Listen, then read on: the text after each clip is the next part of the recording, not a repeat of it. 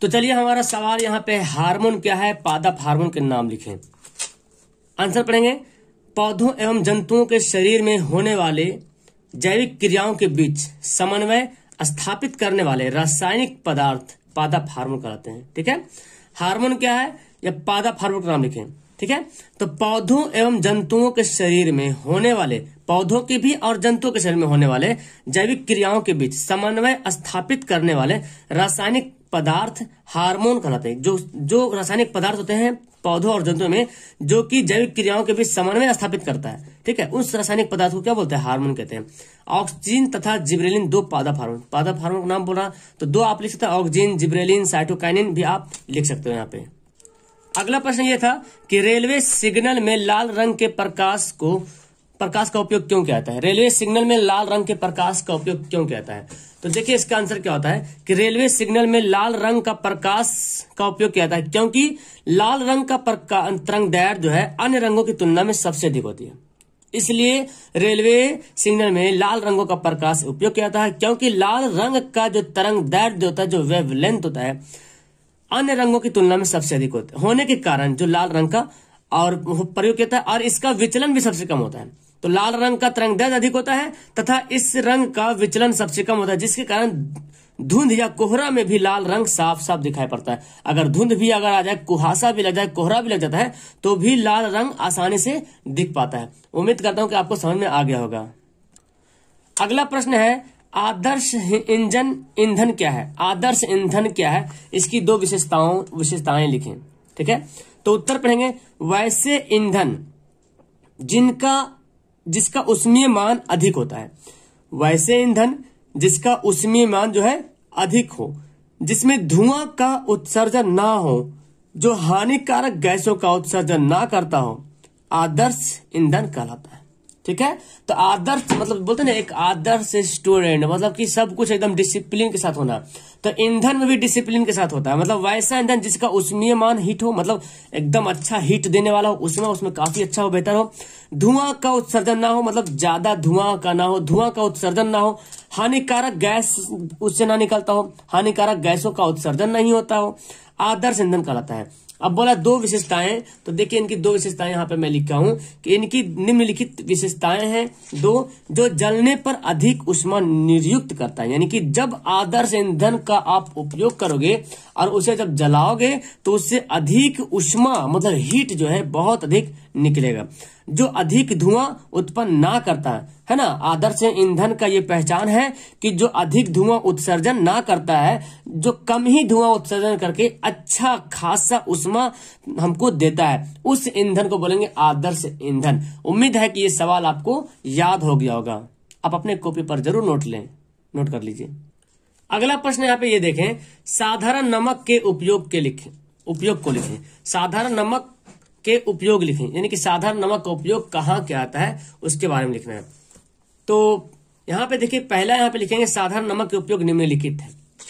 पहला, नमक हमारे भोजन का अनिवार्य भाग है। सबसे पहली बात है कि नमक जो है हमारे भोजन का अनिवार्य भाग है। दूसरा यहाँ पे लिखेंगे कि यह अनेक भोज्य पदार्थों को सुरक्षित रखने में काम आता है। साधारण नमक बोला जा रहा है, ऐसा नहीं कि NaCl ही बोला जा रहा है। ठीक है, साधारण नमक जो होता है तो हमारे भोजन का अनिवार्य भाग है और अनेक भोज्य पदार्थों को संतुलित रखने में भी काम आता है। अगर आप भोज्य पदार्थ में नमक नहीं डालेंगे तो चांसेस है कि जल्दी वो खराब हो जाए, असंतुलित हो जाए, ठीक है, सुरक्षित ना रह पाए। तो इसलिए भोज्य पदार्थ में नमक को स्वादिष्ट बनाने के लिए भी मिलाया जाता है और भोज्य पदार्थ को सुरक्षित रखने में भी इस काम आता है। ठीक है, तीसरा यहाँ पे देखें, यह साबुन उद्योग, पॉटरी आदि में प्रयुक्त होता है। यानी कि साधारण नमक का उपयोग साबुन उद्योग में भी होता है, पॉटरी आदि में भी इसका उपयोग होता है। चौथा है, यह हिमकारी मिश्रण बनाने में प्रयुक्त होता है, या हिमकारी मिश्रण बनाने में उपयोग किया था। इसका उपयोग हिमकारी मिश्रण बनाने में प्रयुक्त किया था। हिम के मतलब बर्फ टाइप का जो मिश्रण हो, इसका उपयोग धवन सोडा, जिसको धोवन सोडा बोलते हैं, विरंजक चूर्ण, ब्लीचिंग पाउडर जिसको बोलते हैं, कास्टिक सोडा NaOH होता है, हाइड्रोक्लोरिक अम्ल, मीठा सोडा आदि सोडा बनाने में किया जाता है। तो ये है आपका साधारण नमक का उपयोग। ठीक है, आप इसको कॉपी पर नोट कर ले, अगर आपको याद नहीं है तो कॉपी पर नोट कर ले, और याद है तो बहुत अच्छी बात है। ठीक है, मुझे कमेंट करें कि आपको कितना सवाल याद है। अगला प्रश्न यहाँ पे बोलता है विद्युत विभव से क्या समझते हैं। विद्युत विभव से आप क्या समझते हैं? तो उत्तर देखें, मानक धन आवेश को अनंत से विद्युत क्षेत्र के किसी बिंदु तक लाने में जो कार्य करना पड़ता है उसे इस बिंदु का विद्युत विभव कहते हैं। ठीक है, मानक धन आवेश को अनंत से, यानी कि अनंत से विद्युत क्षेत्र के किसी बिंदु तक, विद्युत क्षेत्र के धन आवेश को, किसको? धन आवेश को, पॉजिटिव चार्ज को एकदम अनंत से, एकदम दूर से विद्युत क्षेत्र, जो विद्युत क्षेत्र है उसके किसी बिंदु तक लाने में जो काम करना पड़ता है, जो कार्य करना पड़ता है, उसे इस बिंदु का जो है विद्युत विभव कहते हैं। इसका SI मात्रा क्या होता है? वोल्ट होता है। आपको पता है कि विद्युत विभव का SI मात्रा क्या होता है? वोल्ट होता है। क्या आपको ये भी सवाल याद है? तो अच्छी बात है, नहीं याद है तो नोट कर लें। अगला प्रश्न यहाँ पे है संतुलित रासायनिक समीकरण क्या है? संतुलित रासायनिक समीकरण क्या है? रासायनिक समीकरण को संतुलित करना क्यों आवश्यक है? बहुत इंपॉर्टेंट सवाल है, उम्मीद है कि ये भी सवाल आपको याद होगा। फिलहाल जानते हैं वैसे रासायनिक समीकरण जिसमें अभिकारकों एवं उत्पादों के प्रत्येक तत्व के परमाणुओं की संख्या बराबर होती है ना।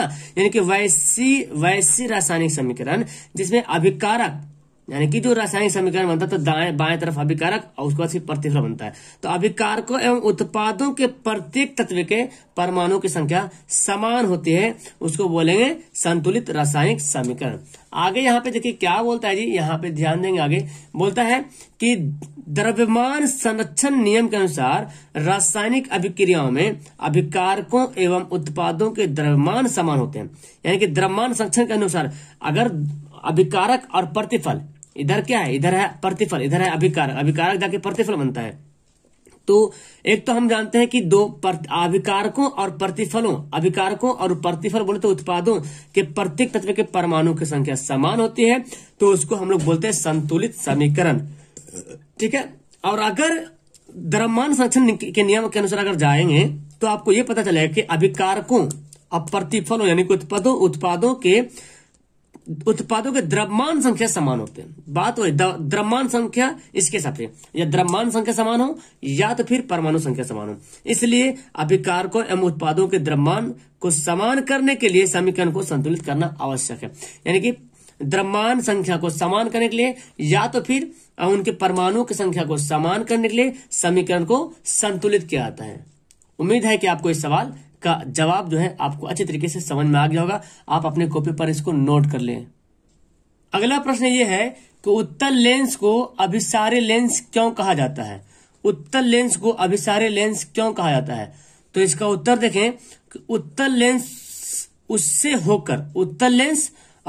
होकर जाने वाली किरण पुंज को अभिसारित करता है। अभिसारित मतलब एक जगह जमा करता है, कन्वर्जिंग करता है। ठीक है, इसलिए उत्तल लेंस को अभिसारी लेंस कहता है। यानी कि जो उत्तल लेंस होता है और उस लेंस से जो किरणें जाती है ना, उस किरण को उत्तल लेंस क्या करती है? अभिसारित करती है। मतलब ये हुआ कि लेंस में से जो किरणें जा रही हैं, जो किरणें गुजर रही हैं, उन किरणों को एक जगह फोकस कर देती है, एक जगह जमा कर देती है, कन्वर्ज करती है। अभिसारित मतलब वो कन्वर्ज कर देना, और जब कन्वर्ज करती है इसीलिए उत्तल लेंस को अभिसारी। अभिसारी के मतलब ये होता है कि लाइट को कन्वर्ज कर देना, एक जगह जमा कर देना। तो जो लेंस लाइट प्रकाश की किरणों को एक जगह जमा करते हैं उसको बोलते हैं उत्तल लेंस, और अवतल लेंस को बोलते हैं अपसारित, क्योंकि ये लाइट को डायवर्जन करते हैं। ठीक है, तो अपसारित करती है। अवतल लेंस जो होता है लाइट को अपसारित करते हैं, तो इसलिए अवतल लेंस को अपसारित बोलेंगे और उत्तल लेंस को अभिसारी लेंस कहेंगे।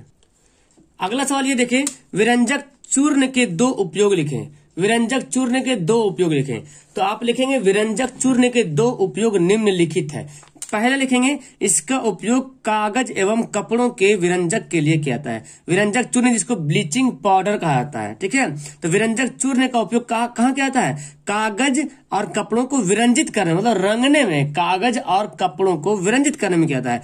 दूसरा उपयोग है कीटाणुनाशक के रूप में, जल को शुद्ध करने में भी इसका उपयोग करते हैं। ठीक है, जल को शुद्ध करने में भी विरंजक चूर्ण का उपयोग किया जाता है। तो बहुत ही सिंपल, वेरी सिंपल क्वेश्चन है और आपको इसी क्वेश्चन के लिखने के बदौलत आपको 2 नंबर का आप हकदार बन जाओगे। ठीक है, तो क्यों छोड़ना है 2 नंबर जी, है ना। जितना मैं सवाल बनाया हूं उम्मीद है कि आपको समझ में आया होगा।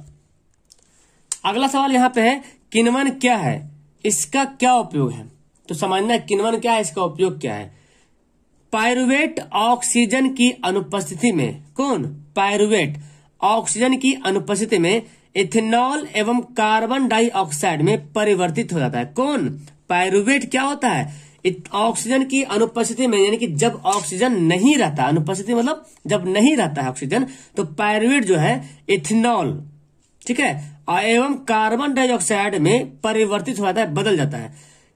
यह जो क्रिया होता है, यह क्रिया जो है किण्वन कहलाता है, जो कि एक उदाहरण ईस्ट में यह क्रिया देखने को मिलता है।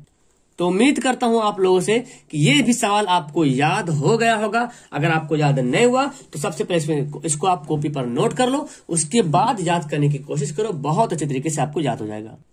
और लास्ट सवाल पढ़ लीजिए इसको, प्लास्टर ऑफ पेरिस के निर्माण की विधि और उसके उपयोग को लिखना है। सवाल उत्तर देखिए यहाँ पे क्या लिखा हुआ है कि जब जिप्सम को 120 डिग्री सेल्सियस तक गर्म करते हैं तो उसके बाद क्या होता है, प्लास्टर ऑफ पेरिस प्राप्त होता है। आप अपने भाषा में इसको लिख सकते हो, एक्सप्लेन कर सकते हो, विस्तार कर सकते हो कि जब जिप्सम को 120 डिग्री सेल्सियस तक गर्म करते हैं तो प्लास्टर ऑफ पेरिस प्राप्त होता है। ठीक है, अब यहाँ पे आपको इक्वेशन, यानी कि जैसे ये क्या है, CuSO4 इंटू 2H2O, ये है जिप्सम का सूत्र। देख लीजिए जिप्सम का सूत्र क्या होता है, CuSO4 इंटू 2H2O।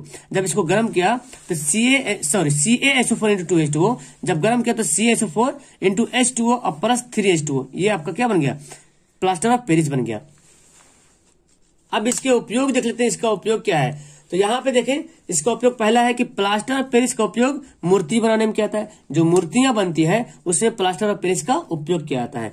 दूसरा है कि हड्डियों को बैठाने व जोड़ने में, हड्डी जो किसी का हड्डी टूट जाता है तो उस हड्डी को जोड़ने में प्लास्टर ऑफ पेरिस का उपयोग किया जाता है। ठीक है, उम्मीद करता हूँ ये सवाल भी याद हो गया होगा और आपको समझ में भी आ गया होगा। तो इसी तरह से आपको और क्वेश्चन चाहिए तो नीचे कमेंट करेंगे, बहुत अच्छी तरीके से मैं एक्सप्लेन करने की कोशिश करूंगा, आपको समझाने की कोशिश करूंगा। फिलहाल इस वीडियो में इतना ही, प्रश्न काफी है। अगर आपको वीडियो अच्छी लगे है तो लाइक करें ताकि वीडियो थोड़ा सा बढ़े और लोगों के पास पहुंचे। आपके लाइक से लोगों के पास पहुंचेंगे। अगर आप पहली बार आए हैं तो चैनल को सब्सक्राइब करके वहां पे जो बेल आइकन बटन है उसको दबा लीजिए। कभी कभी होता है क्या, बंदा बोलते हैं सर नोटिफिकेशन नहीं आ रहा, तो बेल आइकन को प्रेस करेंगे और नोटिफिकेशन को ऑन कर लेंगे, तब आपके पास नोटिफिकेशन चला जाएगा जब भी वीडियो अपलोड होगी या लाइव क्लास चलेगी। ठीक है, तो चैनल पे जुड़े रहे, अपने दोस्तों को शेयर करें, लाइक करें। That's all, thank you everyone, bye.